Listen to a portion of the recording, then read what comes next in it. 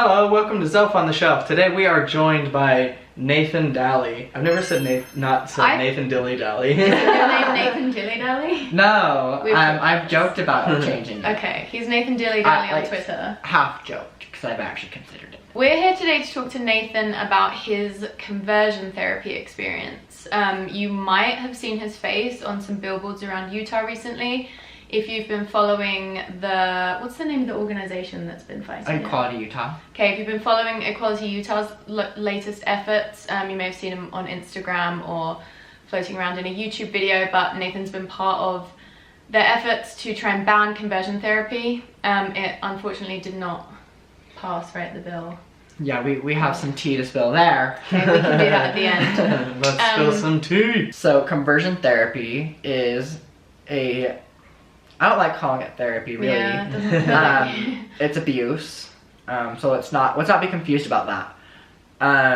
But it is the idea that a person's sexuality or gender identity can be changed, or it could also be rephrased to be gender or sexual identity can be corrected or repaired. However, this practice has been very discredited. Does not work, increases suicide rates by 63%. 63%. And I can get into that a little bit more. It tears apart families. It causes shame in just extreme proportions, really.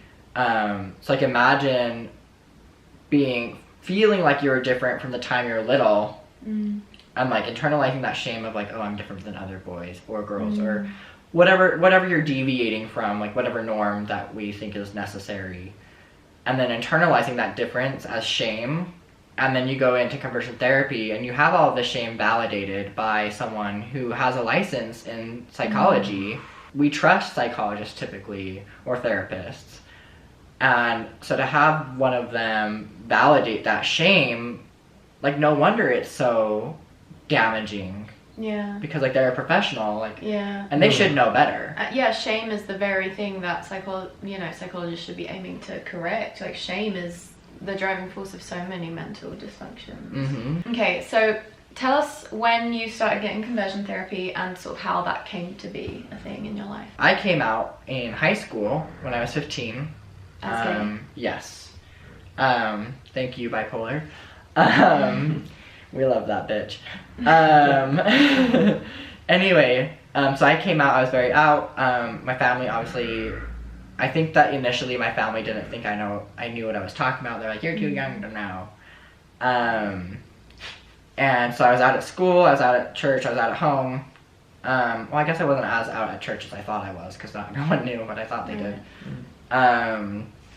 But anyway, I was really struggling. I really wanted to believe in the church. I don't know if many people have had this, but like I lied about like getting that confirmation. Like I lied about having dreams, like just like stupid stuff because like I wanted to believe so bad. And I was like, maybe if I just like fake it, then it'll happen. Which is kind of what they tell you to do, isn't it? Yeah. Fake it till you make it. So I was really struggling with my testimony. I was severely depressed. And like just a few other things had like come up that made me like want to seek out counseling. So I told my parents and my bishop that I wanted to seek it out. And thinking it would be something that would help you from this. Yeah, so I was just like, I need help. Like I was experiencing a lot of suicidal ideation, and just different things like that. Definitely not like a great time period of my life. Like just like for an example, just to give like a glimpse. So like 9th grade, like I self-isolated a lot. Like I wouldn't talk in classes, like unless a teacher talked to me or I had to ask a question. And like I stopped hanging out with my friends, and like I would just go to school and then I'd go home. Because I was like very, very afraid of someone finding out that I was gay. Even though you had come out? No, I guess this was 9th grade, so the year before. So eventually I did tell my bishop that I was gay. I think he was the first person that I told. which I think is like such an unfortunate experience of so many people. Yeah. I was gonna say how kind of huge that is. Like being the first person that a gay kid comes out to is an enormous responsibility, and it's gonna be so formative for that person in terms of their like entire coming out experience. Like how, you know, it's like it's so crucial that the first time goes well. Do you know what I mean? And it's probably really common that all these LDS kids will tell their bishops, who are not trained in psychology, who are not compassionate to LGBT issues, probably especially like years ago when you were that age. And it's kind of just a recipe for disaster. Yeah, I mean, I will say that my bishop, I'm still friends with him, and if he's watching this, hello. And like, he's not a bad person. He meant well with everything he told me. And yeah, I mean, I think it goes back to the fact that they're not licensed. Yeah. And just the fact that like I didn't have many adults that I super trusted at that time in my life, and he was one of them. And so like he was, I mean, like he definitely did save my life on a few occasions.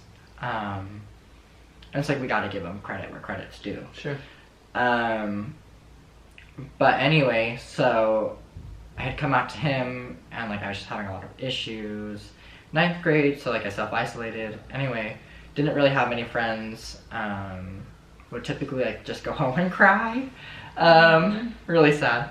I'm laughing, but it's not funny. Because it hurts. Laugh through the pain, you bitch. So I went into the therapy, blah blah blah.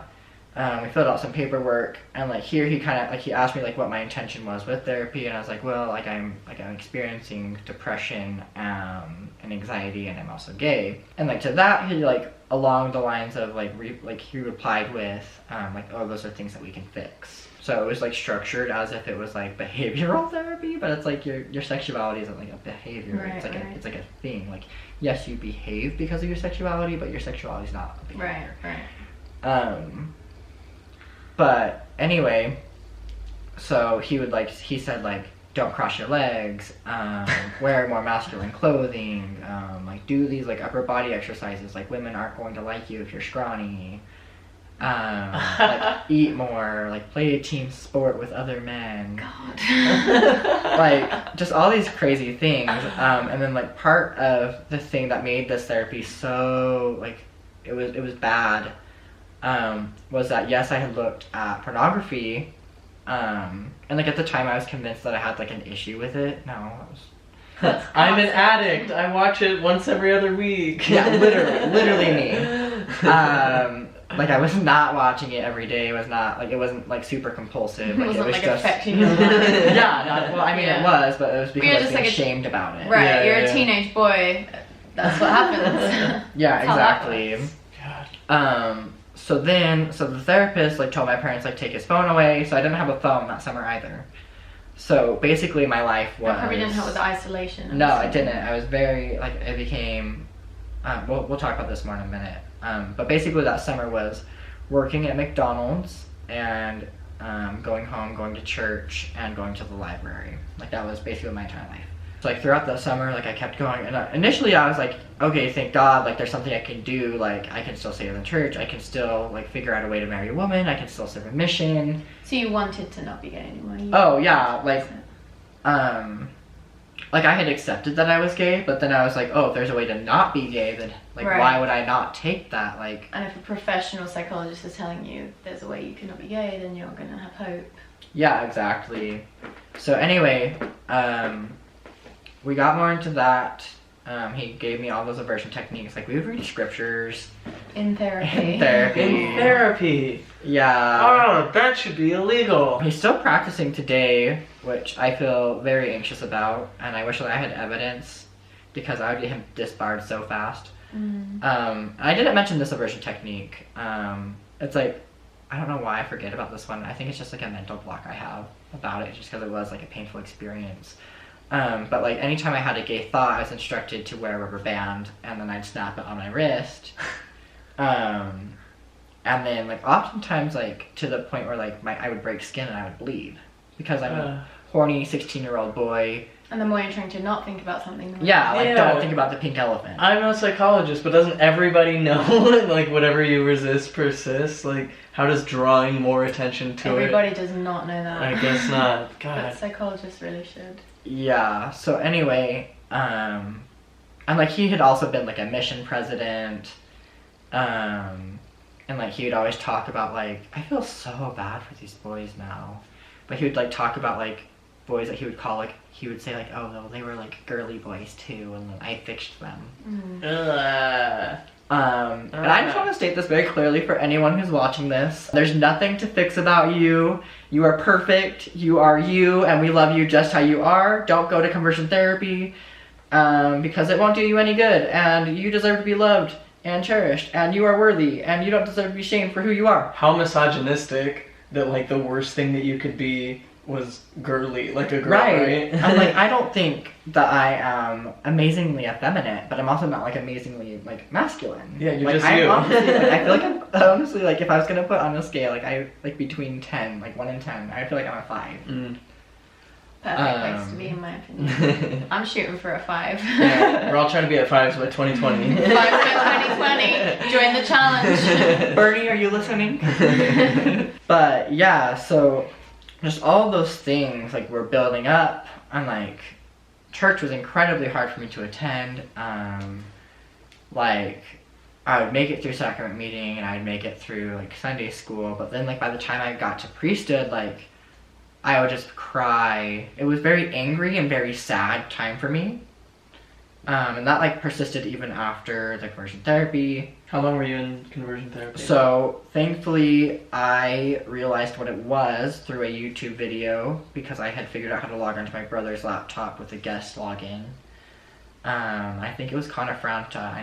I think he's a licensed therapist. Is he? I think he is. Really? I'm pretty sure he is. What? That's so random. Yeah. But he did a video about conversion therapy. Don't quote me on that. Yeah, I might be wrong. So there was that video on conversion therapy, and he's like, it doesn't matter what they call it, like it's harmful, and like he just like went through all the things that like they might be doing, and I was like, oh my god, that's what I'm in, because That's like so it hadn't cool that a even YouTube been video like kind of- called that. Right. Well, because at that point of time, like I was still watching like a lot of like coming out videos and like different things like that, because like it kind of like it was like a sense of comfort for me, like as like a gay teen in Utah who didn't know any other gay people. How Mormon would you have said you were? So I lied in my bishop's interview, obviously, because I couldn't deal with that shame, like not getting the priesthood when you're 12, like who the fuck are you? So then when I got the priesthood, like I was sure they were gonna figure it out. I was like, all these men hold the priesthood, like they're gonna know I'm not worthy. And so then when I got the priesthood, I was like, they didn't know. So then I was like, so what do they know then? And that was like probably like when I first started questioning things. Because like also when I got the priesthood, and I said this to one of my friends like later that day, I was like, wasn't I supposed to like feel something? And she's like, I don't know, do you feel anything different? And I was like, nope. And then we just went on playing like kids do. Yeah, so that was definitely when I first started questioning. Like I still really wanted to be, like obviously like all like, so I have siblings that have left, and like just a lot of like shitty things had been said about them for leaving, and like how they were bad people, and I was like, oh my god, like I don't want to be like them, they're bad. So ridiculous that we do that. Everyone has their things, but not being part of or not part of a religion is ridiculous to like guide that metric. Basically from the time I turned 13, like I remember when I was like 13, I was like, the entire concept of God like doesn't make sense, like because like you can't prove it. And like I get that you can't like prove a negative that God doesn't exist, but like that's also not like in my brain, like as a 13-year-old I was like, that's not like what science does, like you can't even observe God, so like you can't, so like science's role, this is like my philosophy of science popping out, but like science's role is to observe and predict. And if you can't observe, you can't predict. And so I'm like, no, like and so that caused a lot of like issues for me. Eventually I just shelved it and I was like, I believe. So like having him like make those comparisons and talk about his like people that he abused on his mission apparently, or while he was a mission president, it really like prolonged my pain. like, honestly, I think that without him, I would have left earlier, and much more gracefully, because, so we're gonna hit on this. So towards the middle of the summer, so like in July-ish, I did attempt suicide, which thankfully didn't work because I have these beautiful friends right here and a beautiful life. Glad you're here. And honestly, so blessed that like it didn't, that I wasn't successful. But I do want to make something really clear right here. Over the past 4 years, 6 of my friends or people that I have known like online have passed away from suicide, and most of them have received a form of conversion therapy, and they were all local to Utah. So if it's not clear from people that are testifying on literal like official government, I don't know how to phrase this, but like they testified officially, it's somewhere like recorded in our legislature, but they went on the record saying that they still practice this, so it's not something in the past, it still does harm. I mean, it caused me to feel like I was better, not only was I better off dead, but everyone else was, because I was like, I am an abomination, I'm just a shame to my family, I'm never going to be able to do these things, or X, Y, and Z. Yeah. Was there a point in your conversion therapy experience where you sort of shifted? Because it seems like in the beginning you were quite hopeful, you know, you're seeing a therapist, it's something they say it can be fixed. Yeah. Was there a point where you thought, oh, I don't like this, or where you started sort of like resisting it a bit more? I didn't necessarily realize or recognize it as harmful. I recognized that I didn't like how I felt after I went. Because like I'm just like, I feel worse about myself after going, and like I knew like for a fact that that was not what therapy was supposed to be, at least not every time. So yeah, I didn't recognize it as necessarily harmful before I attempted suicide. I started to blame myself for it not working, even though I was doing everything. So it wasn't logical for me to like blame myself. But like obviously like when you're brainwashed to the point like, number one, that the church is the one true, like, is the only source of truth. And then you have this LDS therapist who had been a mission president, who was, who we had been referred to by my bishop, and just so many other things that build up to it. Like, obviously, I'm not going to say, like, oh, like, you don't know what you're talking about. Right. Like, you're trying to like venerate those people. Exactly, and that's the issue with conversion therapy, and I think I would support banning it from everyone, regardless, because it's just such a damaging practice, even for adults that enter into it, and arguably more so for the adults. Yeah, not only has it not been demonstrated to work, it's been demonstrated to not work. To harm. Yeah. Children cannot consent to this. Like, we don't have the critical thinking skills. And especially, like, when you're in that type of a space, like, when you're, like, wanting to do it for religious reasons or, like, because of reasons that are motivated by shame, you definitely do not have. No. Like, you just don't have the critical thinking skills to be able to see through that. And, like, number one, that's okay that you don't have those skills. Like, I'm not saying to blame yourself or whoever's listening. But I think just being aware of the fact that, like, we don't have free will the way that it's taught. Like we don't get to choose how we feel. No. Which is like such an unfortunate thing that Mormonism teaches. Yeah. Like, you choose how you feel. Like, no. Let's take that back. Yeah. You have these feelings and you get to choose to an extent how you respond. Yes. Yeah. Well said. But anyway, so I found that video, started lying through my teeth, like, I'm better. And no more gay. Yeah. I mean, I didn't go as far as saying no more gay, but I was like, oh, like, I think I could marry a woman. Wow. But anyway, so he was like, great, you're graduated. And so I was like, cool. And then I never went and saw him again. Like, I didn't tell my parents I was stopping. Okay. Because it was also my responsibility to get myself there. What was the result, mental health-wise, emotionally? Definitely mental health improved. So I had a safe person at school. they were really good to talk to. Like, I expressed that I was questioning, and this person had left the church themselves.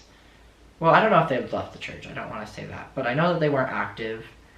And they just said, like, along the lines of, like, they were all, I love this person. Love them.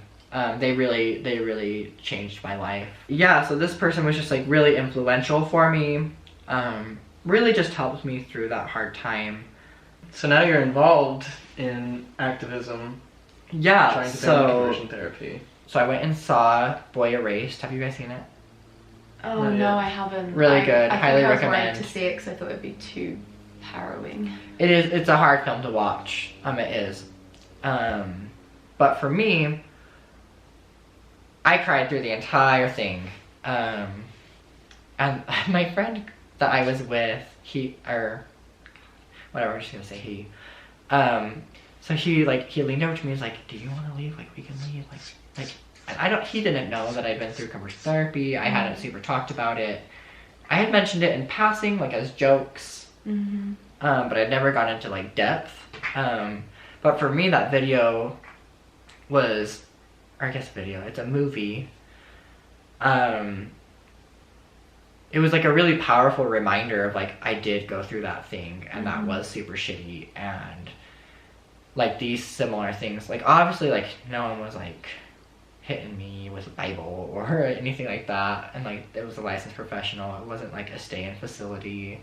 But different things that were, like, mentioned that they would say, I was like, oh my god, like, I was told that. Or, like, I was really, like,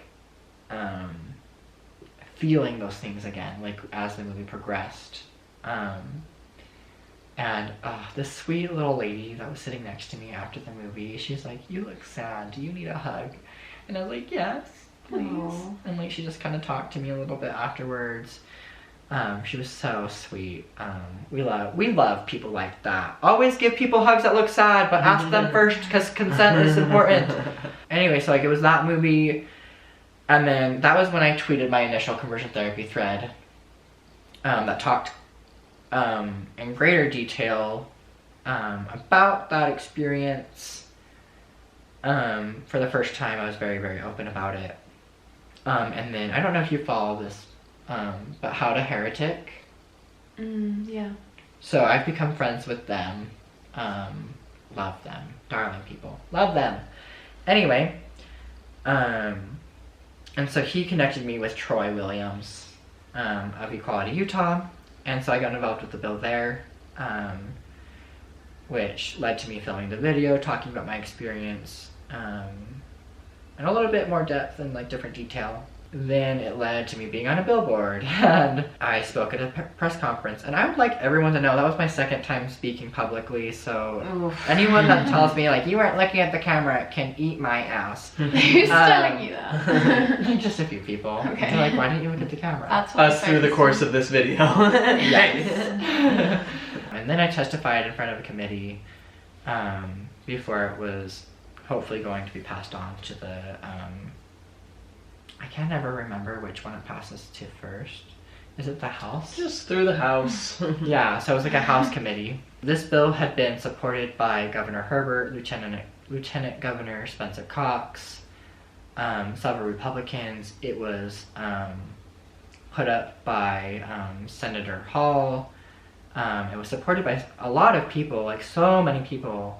Even, like, just recently they did a poll, I think it was Deseret News. But I think it was, like, something like 86% of Utahns said that they wanted it ended. Okay. Wow. That's good. Before there was the changes to the bill. Anyway, I was just, it was a very vulnerable moment. While I was testifying, I brought up things that I hadn't told anyone else, because I felt it was very important for them to understand how harmful it was just for, like, one individual. However, as you guys now know, my absolute favorite representative is Listenbee. She hijacked the bill last minute, somehow got the governor and lieutenant governor to support it. They're calling it a mistake. I call bullshit.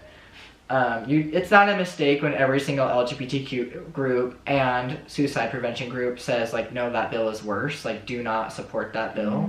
And then you support it anyway. That's not a mistake. That's just not listening. Yeah. Right.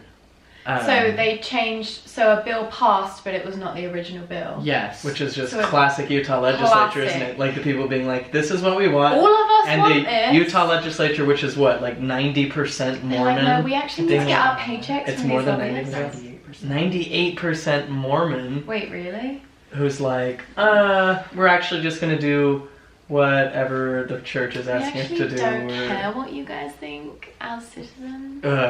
Yeah, so... That's a whole other irks me video. to no end. Yeah, and I have lots of thoughts there too. Anyway, so her bill, I guess it wasn't just hers, it was supported by someone else. And obviously 7 other people voted for it to pass through. So we need to remember that it's not just her to hold responsible and that we should vote them all out. Yep. Remember that while you're voting, folks. And please, for the love of God, someone run against her. She ran unopposed. So it protected people that didn't need protecting instead of the youth and their families that needed to. And protected conversion therapists. This bill has recently, I guess not recently, but shortly after the bill was released, and that one passed instead of the one that I was part of, it came out that bill was drafted by conversion therapists. Shocking, Oh, I know. wow, how could it happen in Utah? But anyway, so super disappointing that got hijacked in the way that it did.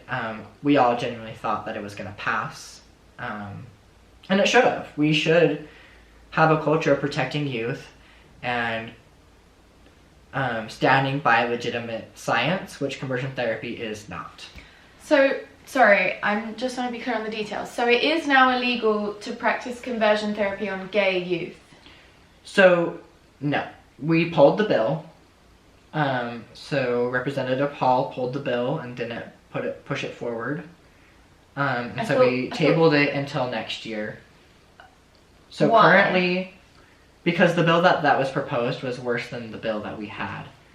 Could you So not there have was- passed that one and then offered the other, like another one up next year? Like, wouldn't it have been better So to just yes, get we something could have done passed? that, but the reason why we didn't is because the ACLU and multiple other groups said that it was worse to have this than to have nothing, because it gave ground to conversion therapists to practice this way. It kind of sets a legal precedent. Okay. So it would have been way it would have been way harder Then to harder. change the bill Got it. than to just put an entirely new bill forward. Okay.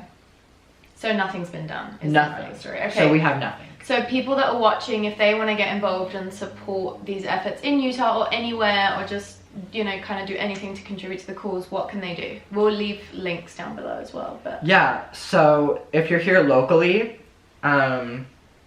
obviously call your representatives, write your representatives, bug the hell out of your representatives, but something that I've realized recently is like how important local politics are. Please like start showing up to these committee hearings, start showing up to town halls, start holding these people accountable.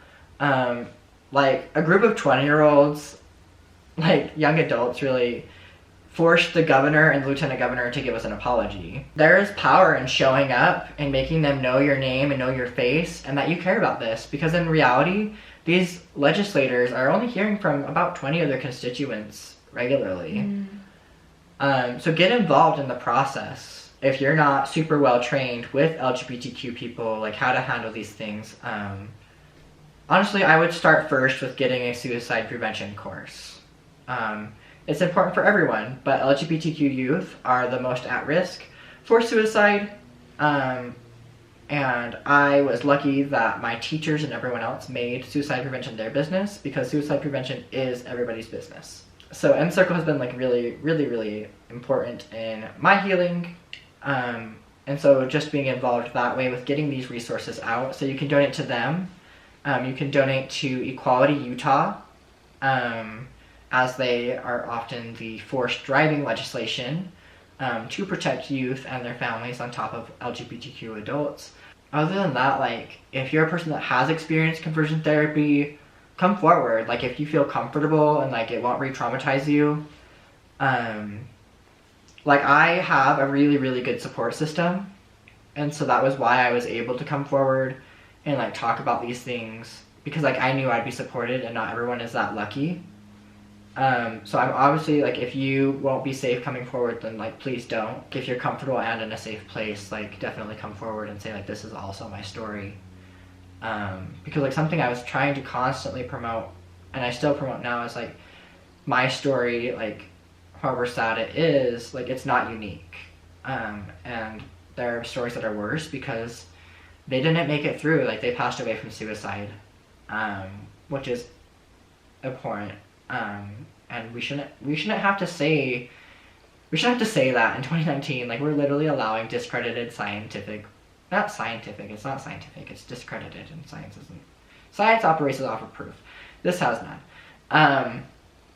But we're allowing this like pseudoscience to take over.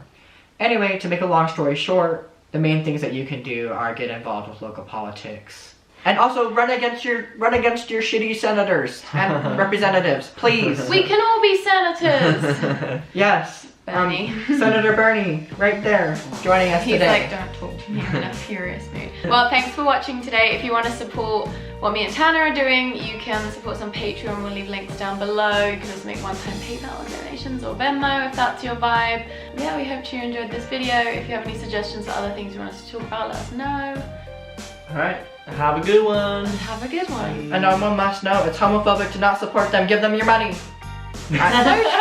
Nathan is really coming in with the hot take. You heard it today. It is throw the thing at the end. homophobic It's like- to not support us. You hear that? Two mostly straight people.